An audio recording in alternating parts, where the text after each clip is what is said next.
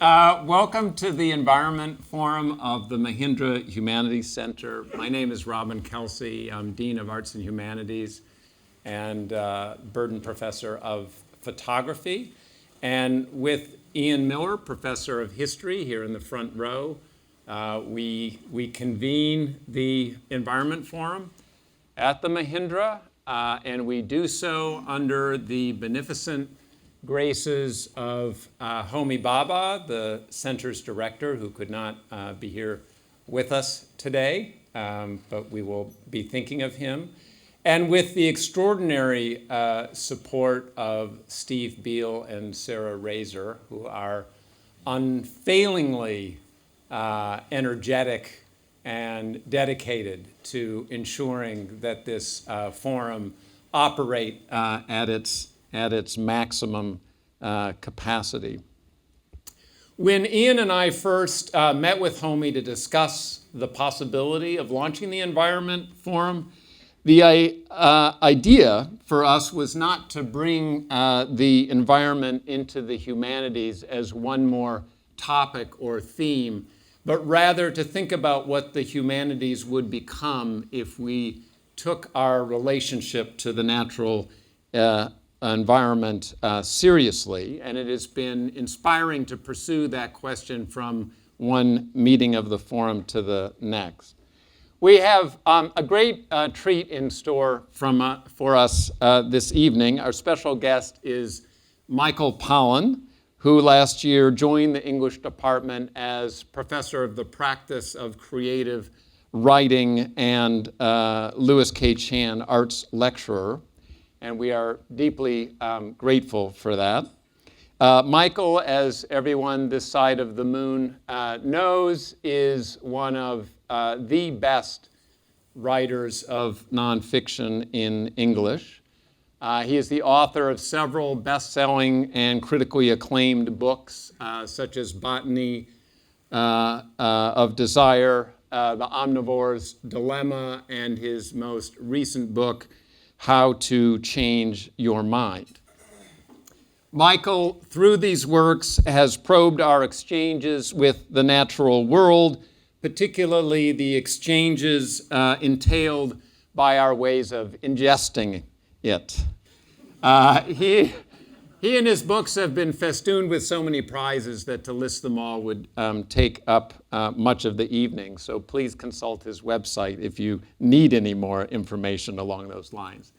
To converse with Michael, we are very fortunate to have Elaine Scarry, the Walter M. Cabot Professor of Aesthetics and the General Theory of Value, which is my favorite professorial title at Harvard, and Michael's colleague in the English department. Elaine is one of our most accomplished humanists, having written, among many other things, The Body in Pain, Dreaming by the Book, and that compact little volume from her Tanner lecture at Yale on beauty and being just.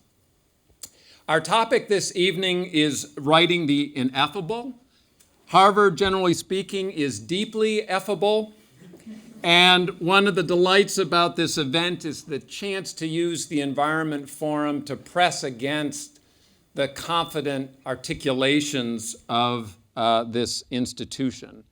And we're going to talk amongst ourselves for a while, and then we're going to open things up for questions. There are going to be 2 microphone stands available in the aisles, but there's also one roving one for people who would find it uncomfortable to get to one of the mics in the aisles. So be thinking about your questions as we proceed. So by agreement, I am going to kick things off. And I'm going to ask Michael about, here's the book, How to Change Your Mind, for those who have not yet gotten it and read it. In addition to giving us a very clear exposition of the new science of psychedelics in this book, you describe your own experience with them. And I wanted to ask you about that decision and what challenges that decision presented to you as a writer. Good question. Well, thank you all for coming. And Elaine, what an honor to share this table with you, and Robin. Thanks for the invitation. As soon as I decided I was going to be writing a book on psychedelics, obviously the question is then planted right in front of you. Are you going to have these experiences that you're describing? I had written a long piece for the New Yorker before I embarked on this book, in which I didn't do anything. I was very much your omniscient journalist with no skin in the game. But there were a couple reasons that made me decide that I needed to do this. And I have to say it was with some reluctance, because I had had very limited experience of psychedelics as, at the age-appropriate moment in life. I happened to be at a college where there was no psychedelics, and I chose poorly, I guess. But I was also not ready for them. I didn't feel I was terrified of them. And I believed a lot of the scare stories that were around and the real stories that were around. I came of age just a little too late, and the scare stories were dominant in the culture already. People staring at the sun till they go blind, thinking they could fly and falling off of buildings, and people having trips from which they never returned. And so all that weighed on me, and so I kind of avoided them. As a writer, however, I've always tried to find a way to put myself in the story just to offer that unique perspective, writing from inside. And this goes back to, I realized recently, to the time when I was 11 years old, and my parents gave me a copy of a book by a Harvard alum named George Plimpton called Paper Lion. And it was a kind of amazing book. He was also editor of the Paris Review, where he was trying to reinvent sports writing. And he did it by getting onto the field. He persuaded the Detroit Lions to let him play in a scrimmage, go through the summer workout camp, and then play as quarterback in a scrimmage. And he got stuff that not only no sports writer could ever get, because they were on the sidelines, but no player could get, because they'd been playing continually since they were little kids. And so that quality of wonder, of first sight, is available really only to the person doing something for the first time. And I love that book, and I didn't think about it years later, but I started doing that in my work. When I wrote about the cattle industry for Omnivore's Dilemma, I bought a cow. And I became a baby cattle rancher for a couple months, and built a house when I was writing about architecture. And it just gave me a vantage. It gave me humorous possibilities, because you're usually a fish out of water, and that's always valuable in writing. And it gave you narrative. So that was kind of okay to one side. My readers kind of expected something like that. And then the other was, I became intensely curious. For this New Yorker piece I mentioned, I was interviewing cancer patients who had participated in a trial of psilocybin, the chemical in magic mushrooms. And the theory, and they were reprising research that had been done in the 50s and 60s, that having the kind of powerful spiritual experience many people do on psychedelics at a high dose might help them deal with what the doctors called the existential distress of facing your mortality, or the fear of recurrence. And I started interviewing these people, and their stories were so amazing. And I gradually grew envious of them. I had never had a spiritual experience. I've always thought of myself as kind of spiritually retarded. And I was so curious to have what they had and see what that was about. So at a certain point, I realized I have to do this. I don't know how I feel about it. Had many conversations with Judith, my wife, and who had her own trepidations about my doing this. We could invite her up to here, but we won't. But if you're we've been together for a very long time, and if one person in a relationship is going to have a big, supposedly, possibly life-changing experience, that could be very destabilizing to a relationship. And would I change in some ways? And what she didn't think enough about was that I might get better.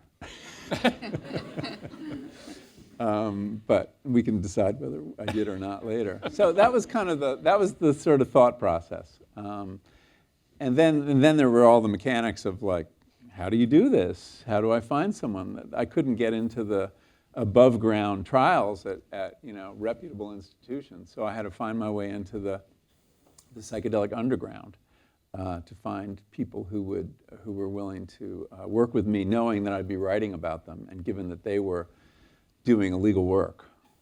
And obviously there were legal considerations too, and we can talk about that later or not. But I definitely had misgivings about that. Did you anticipate the challenges of writing about it even before you had the experience? I mean, were you thinking about not only what is it going to be like to have the experience, but what is it going to be like to write about the experience? Without question. I mean, there was the worry about going to jail, and then there was the worry about description. And they don't seem commensurate, but I was actually more worried about the description, because I had read, I'd read Huxley, Doors of Perception, which is is the text in a way. I mean, every psychedelic experience since then, or account of it, has been influenced by that, whether you've read it or not. It's one of those powerful accounts. And it was beautiful, and I didn't think I could write any account that good. And then I'd read all these really crappy trip reports that are all over the internet. People, it's like, the quickest way to repel someone is tell them your dreams, right? And psychedelic trips can function in much the same way.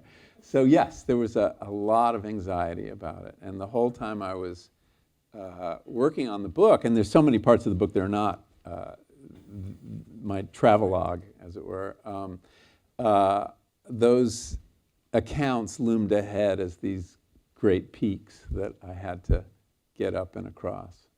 Definitely. So one of the reasons that this is particularly germane, I think, to this forum is that a lot of people who get into the environmental humanities because they've had some experiences in the world that more or less feel to them transcendent. And then they go in and they do their studies, and often there's not much of a connection between the experience that got them into the study and how they actually then conduct their research and write about it. And I've been fascinated by that gulf. And it's often only, late in the evening when you say, so why did you, do this? It's embarrassing. So, right. So can we talk about that just a little bit about about the what is it that is embarrassing? What is it that is so difficult?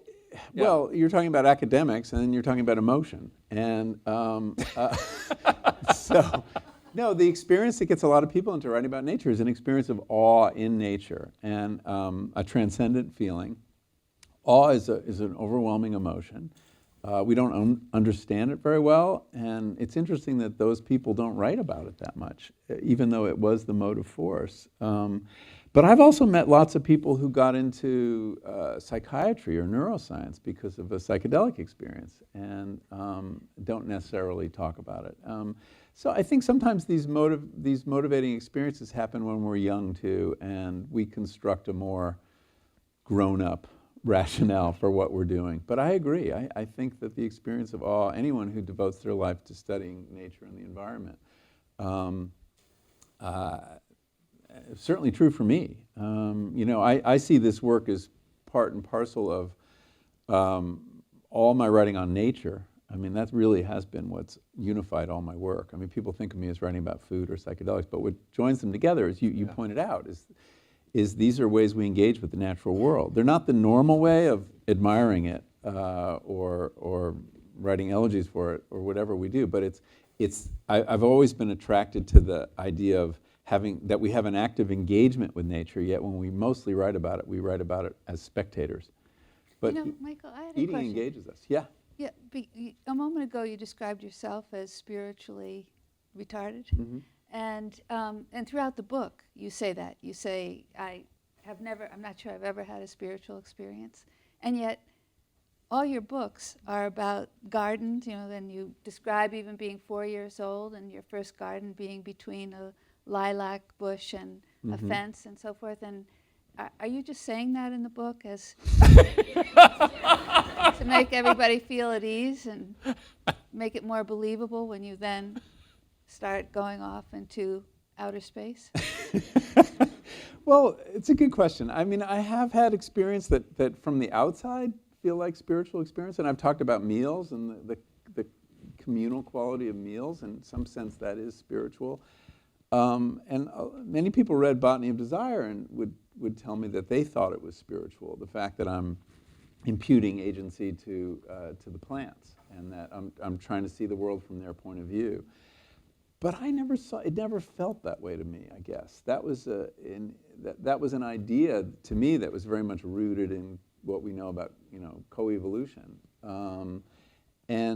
So I always felt other people were putting that kind of spiritual gloss on it. But I think though I was having spiritual experiences. I just didn't know it because I was so uncomfortable with that vocabulary, spiritual. I just really had this sense that to be spiritual was to believe in the supernatural. And that's what spirituality is. And that's not a very good definition, but it was the one I had. There was I saw myself as a materialist in terms of my philosophical attitude. And people who were spiritual had left the realm of explaining things according to the laws of nature.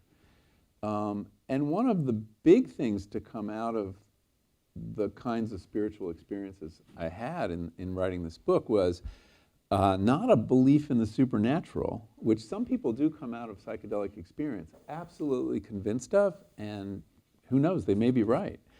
I mean, this idea of that there's some universal consciousness, Huxley talked about the mind at large, the idea that consciousness is not necessarily the product of brains, that it might exist in the world. And there are physicists who believe this, but I tended to think that consciousness was a product of the brain. But I totally reset my understanding of what spirituality was in the course of writing the book. And that happened, let me see, how can I guess, maybe we should hold that till I've talked about some of the experiences. So, because it doesn't make sense without a long... Can we talk about the experiences, but I especially want to talk about them as a writer, right? When you'd had the experiences, what were the challenges and the risks that you experienced as you tried to write about what you the first challenge, and always the challenge when you're writing, is boredom, right? I mean, that you're going to bore your readers. And you're going to describe something that's so idiosyncratic to you, like your dreams, that who else would care about it? And as a writer of nonfiction, you always have one eye on. I mean, you have this internal boredom meter, of impatience, and this comes out of writing for newspapers and magazines, and where I just know how long I can venture down a digression before I'm going to lose people. I can just feel them like closing the book, and that's my anxiety as a writer. And so there was that I would bore people. Then there was the fact that would anyone understand it? Because what happens is so strange and hard to explain. William James, who wrote about mystical experience, which is the best analog we have, I think, for the psychedelic experience, his whole analysis. And one of the qualities of the mystical experience is ineffability, that it transcends the categories we have, the words we have. It's not like anything else that's ever happened to us. And so there was that. How do you F the ineffable? And so that was a concern. And I just didn't, and I had one experience in particular, the most kind of upsetting and violent one, that not only did I have an experience of ego dissolution, which had happened on an earlier experience, and is also, by the way, a hallmark of mystical experience. The fact that your sense of self melts away, and when that happens, if you're not panicking, if you're surrendering to it, there's this sense, since there are no boundaries anymore between you and the world, you have no ego defenses, you're merging with something larger. And that, I think, is the heart of the mystical experience, which is a wonderful sense of being one with nature, being one with other people, feeling, powerful currents of love. All these things that happen when we're undefended. That was going to be hard to describe. But anyway, that was the template, William James, and it holds up really well. But so how was I going to put words to this? I'd never tried to write about something like this, and there was definitely some worry about that. And I wrote after each of my experiences. So just so you know, I had like 5 or 6 different, 7 psychedelic experiences on a range of different substances, and one of them, so LSD, psilocybin, ayahuasca, and a very weird one that called 5-MeO-DMT, which is this is going to sound odd, but it's the smoked venom of the Sonoran desert toad. The ingenuity of humans to figure this out. We got this toad here, and you know what we're going to do with it? We're going to milk it of its venom and smoke it, and something will happen. Night, wearing a headlight. Yes, wearing a headlight to capture them. Yeah. Now, when we're writing, we need certain things. We need the element of time. We need the element of space, and we need a being, a character of some kind. Those are kind of, essential ingredients. I mean, you can write without them, but it's difficult. I'd never done it. And on this particular psychedelic, where you take a single puff, and before you have exhaled, you have left the earth, and you're in a completely different dimension. And it's just terrifying, because not only do you experience a loss of self, but you experience a loss of any reference of there is no time, there is no space, there is no matter, there's just pure energy. You're just in this storm of mental, you don't even know if it's mental, but just this energy. It's kind of like pre-Big Bang, as we all remember that.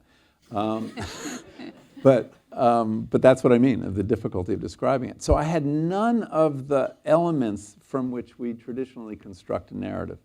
So I didn't know how I was going to deal with that. But the bigger worry was just surviving that one, let alone writing about it, because it was really terrifying. It was not. The best thing about that experience was it only lasted 20 minutes. But I didn't know it was 20 minutes. So, Elaine, as a reader, what did you take away from Michael's passages about his experience? Well, I about how thought, he good, approached I don't have to do this, because I've experienced it through him. That's and a public service. Yeah. No, and it's so graphically described. And, I thought that in a number of cases, there's a strong element of synesthesia. In your first event that you described with LSD, the musical notes are turning into building blocks, and then members of your family are inhabiting them. And then in the one with psilocybin, again, there's the music is whether it's a kind of music you didn't like, or whether it's Yo-Yo Ma playing a cello suite. The very direct transformation, synesthetic experiences into color and visual events or tactile events. Like at one moment you feel that you've become the cello and Yo-Yo Ma's horsehair. I can feel it. You're over the my strings, skin, yeah. And I think that in studies that I've read of synesthesia, and you talk later in the book about synesthesia, one theory is that all the kind of pruning that we learn to do to separate sections of our brain when we're infants and toddlers and so forth is incomplete in people who have synesthesia. And there's crosstalk between the areas of the brain. And one thing that's very interesting is that some neuroscientists, like this person Ramachandran, who's got a very prominent place in this world, believe that that is the heart of how metaphor works.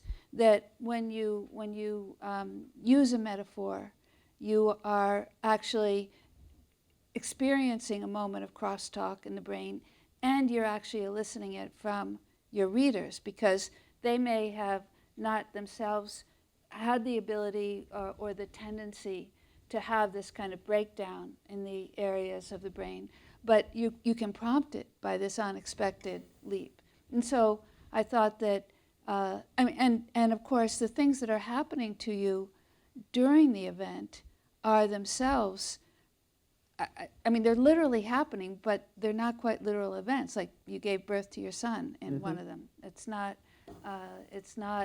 a literal event, but it's as though it's metaphor that then requires other metaphors to communicate it. And yet, that's not getting away from the heart of the experience. That is the very experience that's going on cognitively, is that there's all this kind of crosstalk.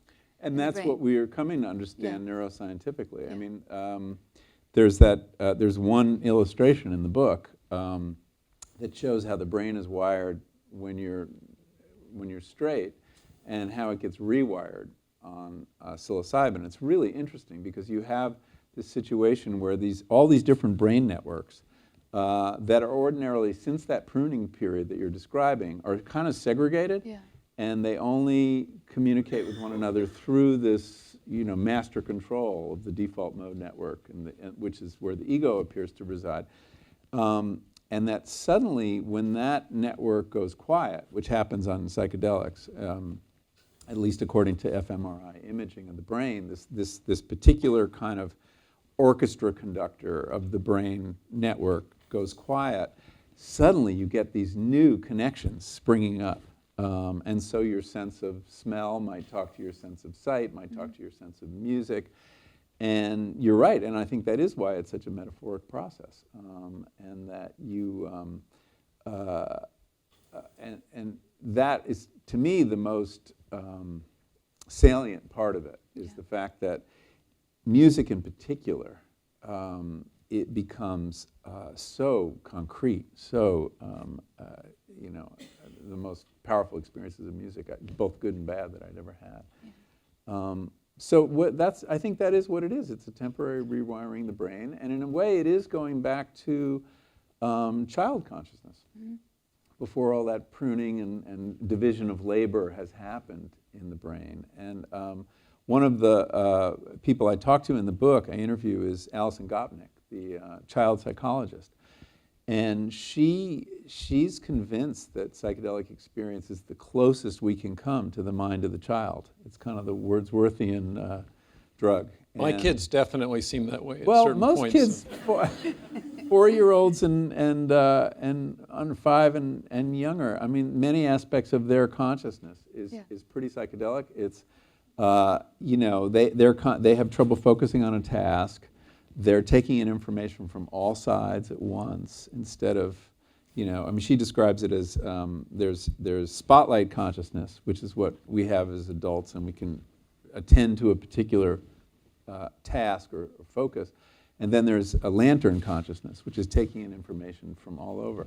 And in some ways, their consciousness is actually more accurate than ours, because when you focus, you edit out too much. And Wordsworth says, of the child, O best philosopher, a line that Coleridge thought was preposterous. But it's consistent with what you're saying. And she's done these really interesting experiments where she'll give a task, she'll design a game, a task, and for many kinds of thinking, kids will outperform adults. Little kids will outperform adults if the task requires throwing out the rules of the game and trying something completely different. So for example, she created this Blicket detector, and if you put a block of the right shape on in the right position, the whole thing goes off, and there's lights and music, and it's very exciting. And if she changes the rule, and adults can do it pretty well, kids can do it pretty well, if she changes the rules so that it's not the shape of the block, it's 2 blocks, this radical change in the rules, kids will get it before adults do. because we are in these narrow channels of behavior and pattern. We're very good at recognizing pattern, but then we get stuck in pattern. And kids don't get stuck in pattern. So she sees that as a good analog of psychedelic consciousness. That's fascinating. I want to ask you another question about the challenge of writing about the ineffable. So there's a wonderful quotation in your book that is, "The mystical journey seems to offer a graduate education in the obvious." Which could you say a little more about what you mean? I mean, in some ways, that's the toughest part, is that you have profound epiphanies that are completely banal and that they belong on a Hallmark card. And the number of people who have had psychedelic experiences where they discover that love is the most important thing in the universe. Which is what you discovered. Which I did discover. And by the way, it's true. Can we just stipulate that? But how do you write about it in a way that isn't like ridiculous? And so I struggle with that. I mean, there's no irony in the psychedelic experience that I detected. I'm sure some people have had ironic experiences.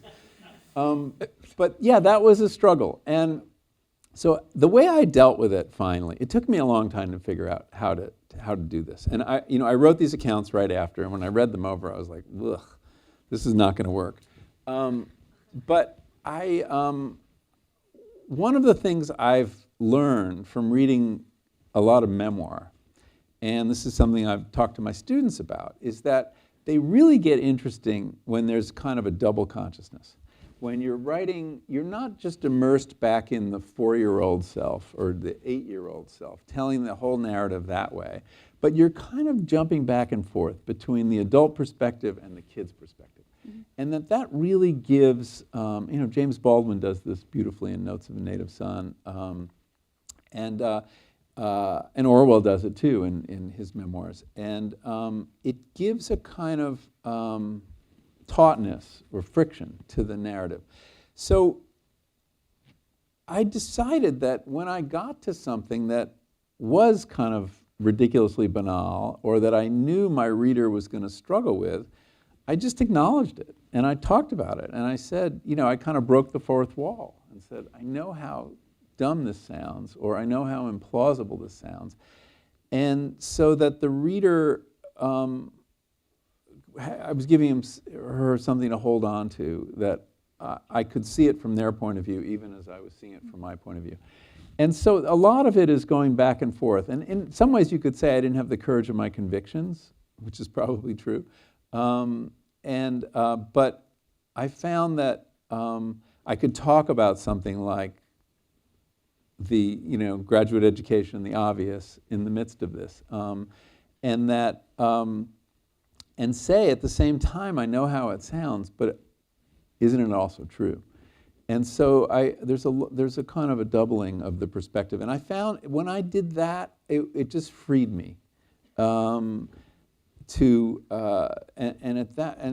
after I had kind of come up with that approach, and I don't do it that many times, but like for example, in describing the toad trip, I'm very aware, and I say, look, I'm going to give you a couple metaphors, because metaphors can help us with ineffability, as you were suggesting. They're not quite right, and I proceed to give them. One is I had the sensation that I was strapped to the outside of a rocket that was taking off, and this thing was shuddering horribly, and the G-forces were like pulling my face down, and we were rising through the sky and through clouds, and then I said, it was a little like that. That's all I could promise. And then I offered another metaphor, and so I found metaphors saved me in many ways, even when they weren't perfect. And I was very frank about the fact this isn't exactly what I felt, but this is what I can give you. This is an analog. So in a way, yeah, being straight with the reader was helpful. And then after that, I have to say, I had a really good time writing these scenes. I probably had more pleasure in the writing than I've had in anything I've ever written. And that was a surprise. I really didn't expect that. Part of it was the freedom as I'm a journalist. I'm a nonfiction writer. I write in this tight box of fact-checkable facts. And here I was describing the contents of my imagination, and nobody could fact check this stuff. I mean, I felt more like I imagine, I've never written fiction, but as I imagine the novelist feels, who is, describing a narrative unfolding in his or her head. And Well, that's also, very freeing. all your descriptions of your ego or your will, like when you say, my ego was back in uniform and on patrol, it so prepares the reader for not kind of pulling back from you when you suddenly do surrender anything that has to do with will or ego. Well, ego is a really important term in this whole thing, and to me, that was the big takeaway of the experiences: is that you could lose your ego and not die. You could lose your ego and still have a vantage, a presence, which is anyway. That was my biggest experience. Was on this one psilocybin trip. I had an experience of looking out at some point and seeing me, and I know this isn't going to make a lot of sense, but kind of burst into a little puff of Post-it notes. But I was fine with it. And who was this I that was fine with it, if that's me? Well, I discussed actually trying to explain, well, there's another first person pronoun that we need to understand this experience. But it turns out I'm not identical to my ego, and that I can acquire this distance on it, and what that perspective was, I don't know, because it was very different than me. It was very objective. It had complete equanimity about what was happening. I think this is the perspective Aldous Huxley would have called the mind at large. He would believe that at that moment he was acquiring a kind of more transcendental perspective that maybe belongs to the universe, not to individuals. I don't know. I think that the double voice you have in writing about it is very important for a number of reasons. One is I actually think it stages or performs this disidentification with the ego, or at least this kind of toggling. I also think it's a very generous way to write, because you didn't lose the readers who had not had this experience, because you always gave them back their voice, which is this well, that sounds like a Hallmark card or whatever. Well, I was honoring their skepticism, and we didn't talk about it at the beginning, but that is one of the challenges. I mean, unlike pain, Elaine's written brilliantly about the ineffability of pain, and I was comparing that to psychedelic experience. We can all imagine pain. We've all been in pain,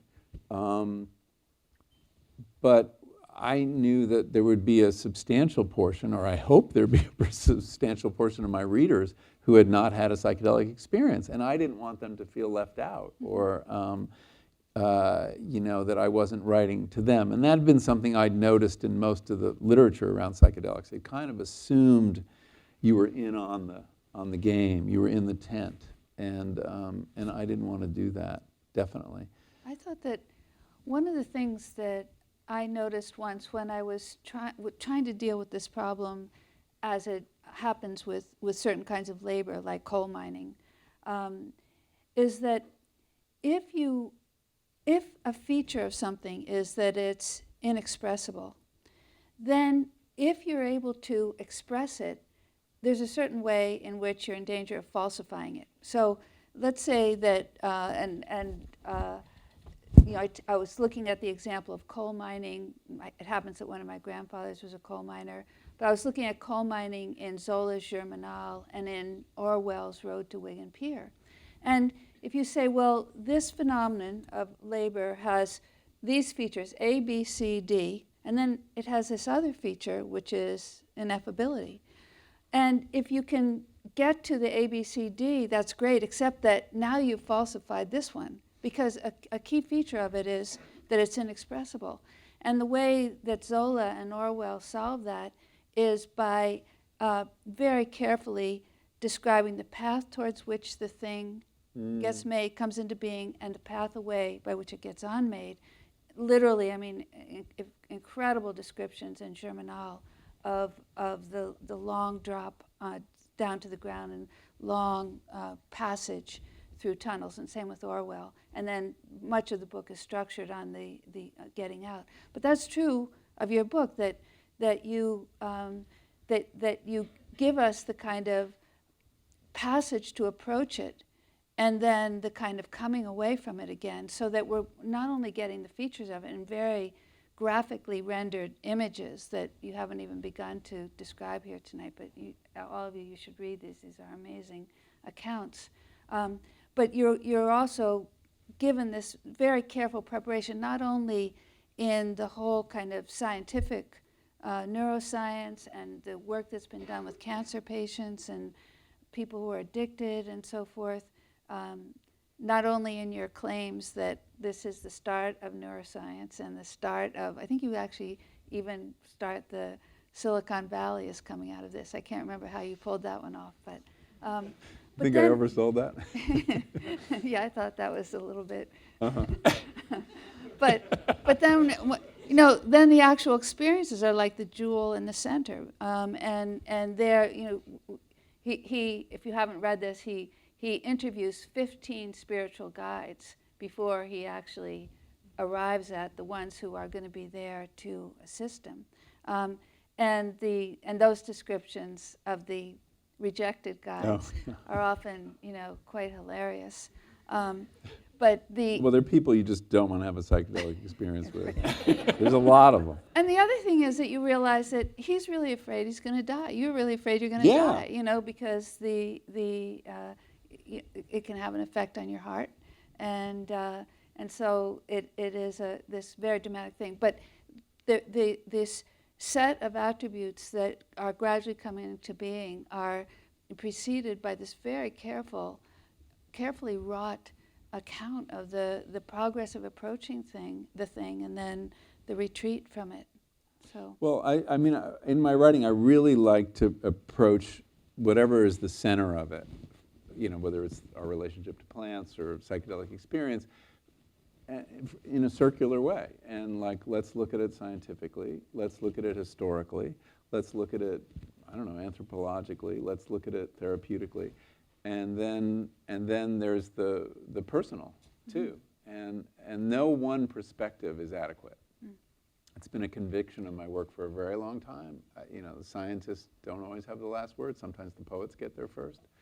But it's by multiplying perspectives that you really begin to get a richer portrait of it.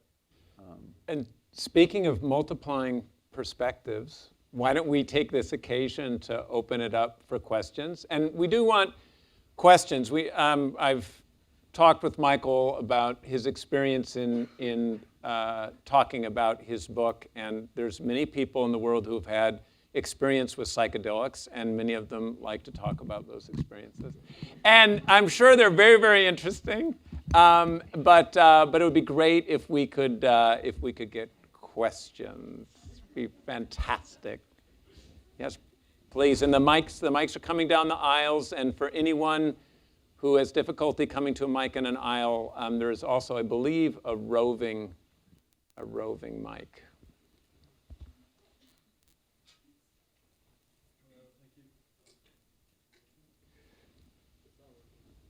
It's not on. I think he's gone. Turning it on. All right. Okay.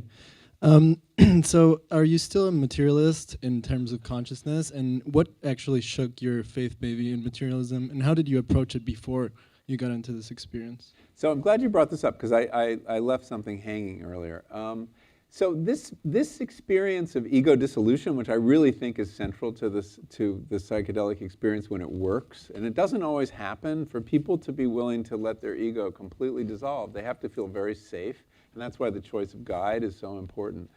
But the change that I underwent was I went from thinking that the opposite term for spiritual was, or for material, or opposite term for spiritual was material. And I came to understand, after having this period of time where my ego was gone, I felt like when your ego is gone, your defenses are down, you feel emotion in this powerful way, and particularly the emotion of love. You feel your place in nature has completely changed. You no longer feel you're an object, you're a subject, and everything else is an object. You lose actually the subject-object duality falls apart when the ego falls apart. It's all objective or all subjective, whatever. And that, so this powerful connection, I had this sense of, being in my garden, and this sense that consciousness was spread very evenly over all the species in the garden. I didn't have a monopoly on consciousness. The plants had it too. So it made me realize that it's the ego that stands in the way of spiritual experience. And that for me, and this is a very non-supernatural definition of it, the opposite of spiritual is egotistical. And it is the walls that our egos build that keeps us from feeling our connection to nature, that keeps us from feeling love in its most profound manifestation. So for me, that was a big change. I kind of redefined spirituality for myself, and that was that was the news. That was the news for me. I mean, I know other people come out of it with an idea of universal consciousness, and I've heard from a lot of people since the book came out that I didn't take that idea seriously enough, and that maybe I should, and maybe I should look into it. I still feel like I am a materialist about consciousness. But I also know enough about this area that we actually don't know that brains produce consciousness. There's remarkably little evidence of that. It seems to me the more parsimonious theory, but there are people who make good arguments it's not. As the Dalai Lama said, the idea that brains produce consciousness is an interesting hypothesis, but that's all it is so far. Well, at one point, you report someone is asking you how confident you are that God does or doesn't exist, and you say, well, 2 to 3% chance. Oh yeah, and he no, says, that was about immortality. That's that was about is there immortality. yeah. And the person says to you, but that's a lot. That's a high percentage. I was interviewing a Roland Griffith, who is really the scientist at Hopkins who's done the most to get this started, the research started. And he's a very prominent drug abuse researcher, actually. And he had a mystical experience in his meditation practice. And that got him very interested in altered states of consciousness and got him raising questions about the nature of consciousness. And when I was interviewing him the first time, it was the weirdest question to hear from a scientist. I've interviewed lots of scientists. And he said, so, what do you think the chances are that anything happens after you die? And I'm like, I don't know, 2 or 3%? He says, that's a lot.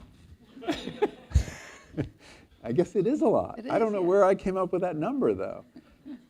It may have been journalistic tactic, because if I'd said 0, given I knew he was a spiritual person, I would have less connection with him, right? So I don't know if I really believed it. Maybe I'm being defensive now. Thanks. Hi. So I understand and appreciate that when you were describing, describable experiences, it was important to you to have disclaimers to the audience that this might not make sense. You might not understand this. Was there any part of doing that was anxiety that you would lose the readers whose trust you had built, maybe in other writing or with the works that you had leading up to this? Were you afraid of losing that trust? Did you think about what would happen if you didn't make those disclaimers? Yeah, I didn't think of them in that context. I mean, I did have a general awareness that I'd written 7 books before this, and they were on very different topics, and that people who'd read me on food and nature and agriculture read me on this. But I think you make that leap of faith. You don't do things currying favors with your readers is a sure path to bad writing. So. No, it was more just any reader who hadn't had psychedelic experience. I wanted to honor their skepticism and honor because I shared it. You know, I didn't know how much weight to put on this experience. I didn't know how true it was. I still don't. There's so much about the experiences I have I'm still processing. I mean, it's kind of one of the interesting things about it is that you have powerful visual images that become almost these visual koans that you just kind of turn over in your head, and I still do. And I don't know what they mean. I don't know where they came from. And so it really is just the bringing of my normal journalistic skepticism into this psychic space. So it wasn't just for keeping the reader on board. I mean, yes, I'm always thinking about that to some extent, but it really was because I didn't emerge from the process a convert in the way that Huxley does. You know, Huxley I've said really nice things about, and he's a wonderful writer, but I find his account a little credulous, or not credulous. I think he had the experience his philosophy prepared him to have, and that he wanted to have, and that he was illustrating a kind of metaphysics that he already had with the mind at large and the idea that there was a common core of mysticism to all religions. There's a footnote in the book where I compare him to another account of a mescaline experience the same year, 1954, by a much less well-known writer named Henri Michaud, who wrote a book about his mescaline experience called Miserable Miracle. And Michaud, who's a poet and an artist, yeah, it's not, you know, you can guess what he thought about it. But his challenge as a writer was, I am not going to distort this experience with metaphor. I am not going to distort it with even complete sentences. It was like my Toad experience. This was such a chaotic, inchoate experience that I would be doing violence to it, to render it in narrative, to render it with metaphor. And so you have the neat, elegant account of Huxley on this side, and you have the absolutely unreadable, crazy account of Michaud, whose writing descends into drawings at various points because he just can't figure out what to say.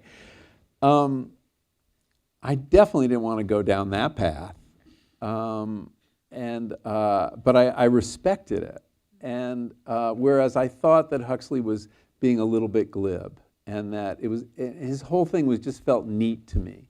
So in a way, those were my Scylla and Charybdis. I was like trying to find a path between those two models, both of which I had trouble with. Great. Yeah. I'm curious if you've had any psychedelic experiences since writing the book, or if you feel like you've gotten kind of all or most of what you can get from these experiences. Yeah, I have not had any experiences since I did the research for the book. A couple reasons for that. Now I'm, out publicly talking about having broken the law and don't want to be, don't want to put myself at risk, but more importantly, don't want to put my guides at risk. We didn't talk about the way I did this, but I was never alone. I was with people who are very professional, but taking these chances with their freedom. And so if I were to work with one of them again, and I really believe, by the way, in having a guide when you're doing a psychedelic experience, if you want to have a profound experience, you don't want to just be walking around, the street or even in the woods on your own. You have to have an experience of ego dissolution. You have to feel so safe and in such reliable company. So anyway, no, the answer isn't. If it were legal, I would definitely do it again. I can totally imagine a scenario where I would do this every year on my birthday. That would be kind of a good way to use these tools. And a stock taking, addressing kind of problems, connecting with loved ones who have died. I mean, all these kind of things that happen.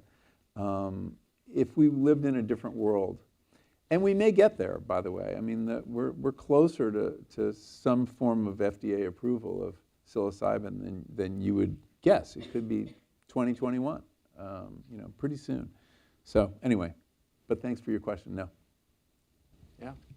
Now, you were introduced tonight as a person who writes about nature.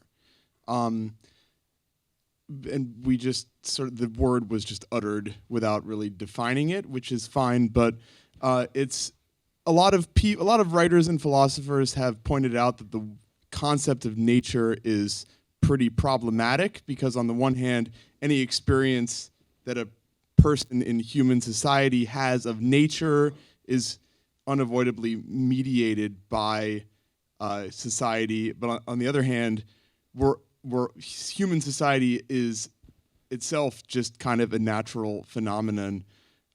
So it's very difficult to know where to draw the line between what's nature and what's not nature.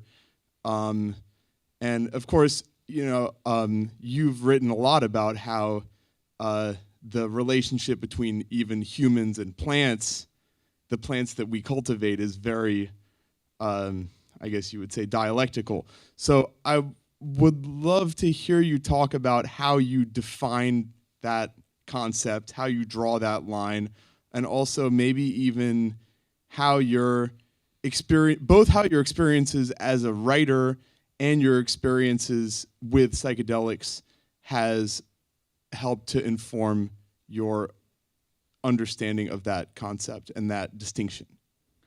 I'm going to dwell on the second half of that, because the first half we don't have the time for.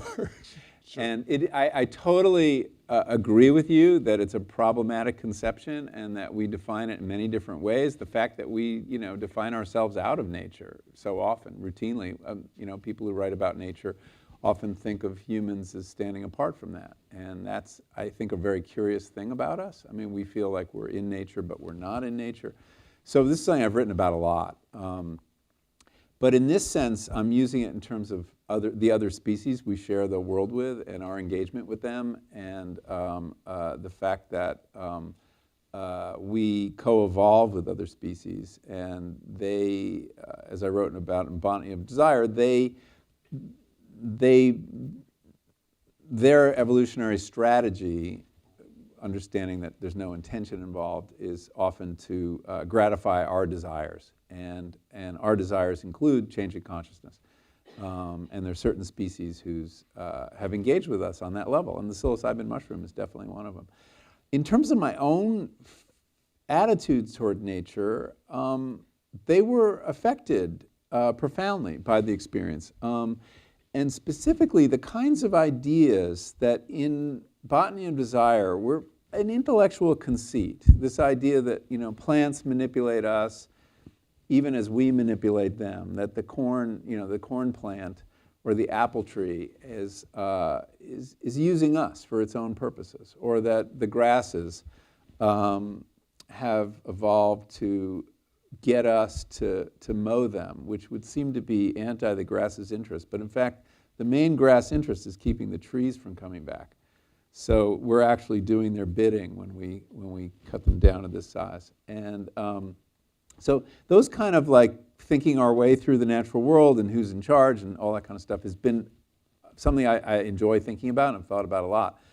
But in the midst of the first psychedelic experience that I described in the book, which was the psilocybin experience, unguided, that took place in my garden, I had all these intellectual conceits became flesh. They became real. I mean, the plants really were looking at me.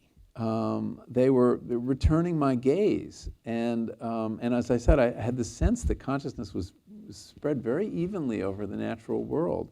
They were totally benign, and wished me well, I felt, and I don't have to say I know how crazy this sounds, but what had been an intellectual conceit became a conviction, at least during the time of the experience. And that goes to another quality of mystical experience that James talked about, the noetic quality, that there is this weird authority that whatever epiphany you have, whatever insight or even opinion you have is not a mere opinion.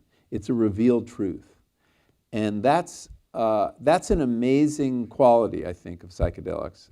I don't understand it. It may flow from the idea that you've destroyed the usual subject-object division so that everything seems objective.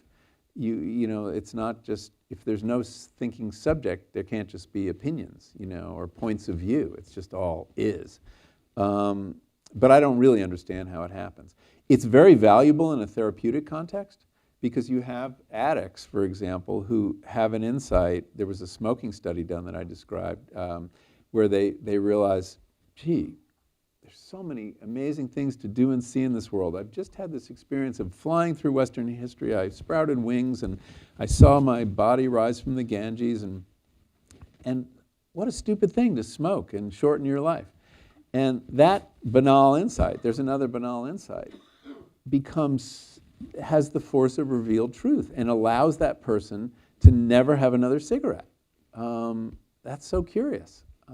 So anyway, I had that noetic quality about these ideas of my relationship to other species, and that was powerful. Do I now think the plants are gazing at me when I walk through the garden? No. But I also now question my normal straight perception, and that you know, things are hidden from us in our, you know as Huxley said, where consciousness is filtering out more than it's letting in, and that it just allows us access to what he called the measly trickle of information we need to survive, and that there's a whole lot of other things going on that we don't see day to day. Yeah. This is tall, sorry. Hi, so we talked a little bit about you talked about your process in the book a little bit about how you were writing, and it's clear from your other books too that you write from a place of vulnerability to kind of like invite your readers to join you. And I was wondering, because psychedelics are such a vulnerable experience, if like your actual, like we're talking about, you know, the theme of this is writing the ineffable, and I'm wondering, for like bare bones process-wise, how did this differ for you? What was your process like for writing this book compared to Botany of Desire or Omnivore's Dilemma, or even your books on architecture? Yeah, I don't know that the process was fundamentally different. I think what you're saying about vulnerability is interesting. I like to write from a position of naivete or ignorance, and almost everything I've written, if you read the first paragraph or two, I'm kind of an idiot, and you know, I don't know things, and I realized I really like writing at the beginning of the learning curve rather than at the end as an expert. And most of us, especially most of us in academia, we don't start writing until we've got it all figured out, and we impersonate the person who has it all figured out on page 1, and I've always found that a bit of a turnoff.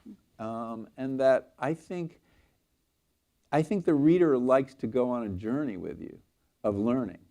So this book, like all my books, begins in a state of ignorance, relatively, and curiosity, and that we're going to learn all this together. And I think that's generally a good writing strategy. I think it's awkward for the academic for various reasons having to do with conventions, and you know, that vulnerability is not welcome in academia. But in general, it was similar. It was that kind of like, I'm going to learn everything I can. I've got a file called science. I've got a file called history. I've got a file called memoir, you know, and I'm going to fill those up and then figure out how to layer them. The big difference is, and this is maybe getting a little too granular, is that most of my books, each chapter has had the multiplication of perspectives in it.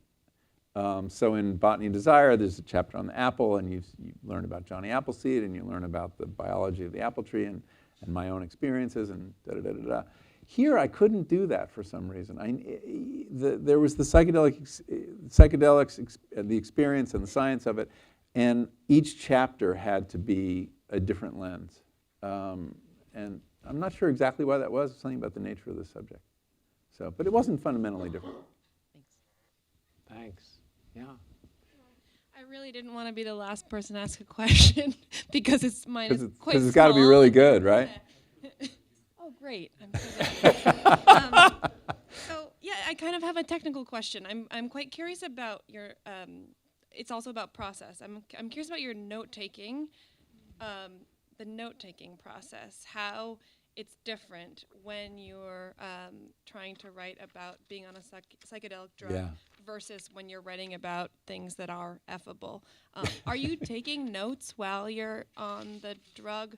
What does your notebook look like at the end if you are? If you're not, when do you start Yeah. taking notes? And I guess related to that too, no, I'll just leave it there. So Well- we want granular. Yes, I Yeah, know. we're We serious. want granular. I guess I'm also Okay, curious about- here's some grains for you. I guess just to add on one more thing, I'm curious about how many, if there's a difference, if you felt like you had a lot more or less drafts that you had to write in order to get to the final version compared Of to this when you're of the trips. compared to when you're writing about things that are effable. Yeah. So I couldn't take notes during the experience. It was just too, I did bring my computer into one session, and that was a huge mistake. I had wanted to perform an experiment that I'd heard about, which was the rotating mask experiment. There's this famous experiment in psychology of a mask that's convex on one side and concave on the other, and it rotates. And something really interesting happens as you begin to perceive the back of it, it pops out, because the brain will not allow you to see a concave face. Faces are convex. And it's an example of what's called predictive coding, the fact that most of what we see is a prediction rather than a literal sensory data. And I'd heard that people on psychedelics, it didn't happen. They could see the back of the mask. And it's true of schizophrenics, apparently. They can see the back of the mask. So this very important brain function is, I wanted to test it. The mere, and I thought I would take some notes too, the mere act of having the computer in the room, Leary famously talked about set and setting, that the experience is highly vulnerable to your expectations and the environment you're in. I had, half of this experience was this horrible computer world where the graphics of that mask became the graphics I experienced, and the music summoned this video game world that I hated and I felt trapped in for like hours. So I never brought my computer into the room again. And I felt like to write notes during the experience would represent not completely surrendering to it, which all my guides had said was really the key to a successful experience, is not to fight anything about it. If you see a monster, you're supposed to step right up to it and ask what it's doing in your brain. If you see a staircase, you're supposed to climb it. You're just supposed to, John Lennon said it, relax your mind and float downstream. And taking notes didn't go with that. So what I did instead was I asked my guides to record anything I said, and I would try to say a few things to them, which never was better than like spectacular, or gnomic utterances like, I don't want to be so stingy with my feelings. That was a note. And so that wasn't that helpful. But what I did do, and actually what the guides, both in the university trials and the underground experiences tell you, is write a journal right after. So that night, I did two things. One was Judith debriefed me over dinner, and I said as much as I could about the experience, and that was actually really helpful because she could connect it to other things that, and had various insights. Because what you're doing is you're taking something that's non-linear, non-narrative, and you're trying to turn it into a narrative. And you are doing violence to it in a way, because there's tons of it that makes no sense, and you're kind of editing that out. And so then I would write this long, loose journal that would be like 15 single-space pages of everything I could remember about the experience. And that became the raw material later. But one of the things that's striking about the experience is you don't have trouble remembering it. It's not like dreams, where you feel that undertow pulling it out of your conscious awareness, and you have to fight it to preserve it. I've talked to people who can vividly recall trips they had 30 years ago. It's just stored in the memory in a very different way. But anyway, I use these journals, and that was the key. So we'll take a couple more questions. Yeah. Thank you for being here. I'm a Div School alum, and so when you talk about things like the plants all having consciousness. That doesn't sound crazy at all to us, and I'm please so come over glad. to our corner of the world. I see a few other Div School folks. My question was how this has influenced your thoughts about what you'll write next. Frankly, it's made what I'm going to do next harder to think about. I've never had an experience that affected me in so many ways that was so as consuming as this one, you know, in terms of occupying all my imagination and whatever skills I have, that when I think of other topics, they seem kind of small right now. I'm sure that'll change. It takes me a while. You know, my agent had some idea for a, you know, I had lunch with her the other day. She said, "You need to write a short, scary book about food and climate change." And someone needs to write that book, but it had no appeal to me. I'm much more interested in continuing this exploration of self and consciousness. I don't know where it goes, but one of the things I learned is that there are many other ways to explore this besides psychedelics, meditation being a very important one, and meditation being the way many people keep their psychedelic experiences alive for themselves. There's a very interesting progression from psychedelics to Buddhism that many Americans have followed, and there's a logic to that, and the brain network are affected in similar ways. So I'm kind of more interested in that general area, but I have no idea. I have no idea. What I normally do between books is write a couple articles, and then, you know, one of them turns out to be a bottomless well of stuff I have to learn, and I realize that's the next book. But I don't know what it is yet. I will keep my eye on the New Yorker and the New York Times Magazine and look Thank forward you. to it. Thank you. Right. Yeah, thanks very much for the book. I enjoyed it. We're at Harvard, and you just mentioned Timothy Leary, and so I'd like to pursue that a little bit more. Those of us who were involved in psychedelics way back then in the 60s when Timothy Leary was walking among us believed that you give everybody acid and we'll have universal peace. And what you've described and what we're talking about here is a very individual, very personal experience. And I'm a little bit, but we're doing it in a context of a center which I imagine is concerned about the planet, concerned about the environment. Is there potential in psychedelics for redressing, repairing our relationship with the environment as a society beyond the individual? I think it's a great question and a great question to end on. You know, a lot of people who do this research, even university researchers, you know, psychopharmacologists and pharmacologists, come out of this work thinking this really does have relevance for our predicament. And they're a little nervous about talking that way because of Timothy Leary. But many people emerge from the experience with that conviction that it has something to offer us now. And I don't think it's an accident that this revival of research is happening right now. There's two ways to look at this. I do believe that from my own experience and also from the research, that the nature of the psychedelic experience has a very specific relevance for what I see as the two biggest problems that face us as a civilization. One is tribalism, and the other is the environmental crisis. And in this sense, both are based on the objectifying of the other and of building walls rather than bridges.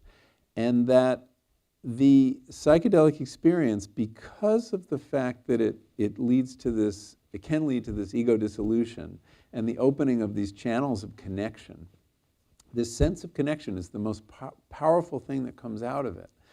Some of the researchers have even sought to measure this, and there's a scale psychologists have called nature connectedness, where they actually, I mean, going back to your question, they assess through a questionnaire how much do you feel you're in nature or outside of nature. And people's scales change dramatically after a psychedelic experience. And that doesn't surprise me at all that would happen. My guess is if you did a similar scale for how tribal you feel, how much you feel that your group is, you know, different than the other, because those two things are growing from the same place of objectification, right? So if these drugs have the power to address those two problems, then you get to another huge challenge, which is how do you prescribe a drug for a culture?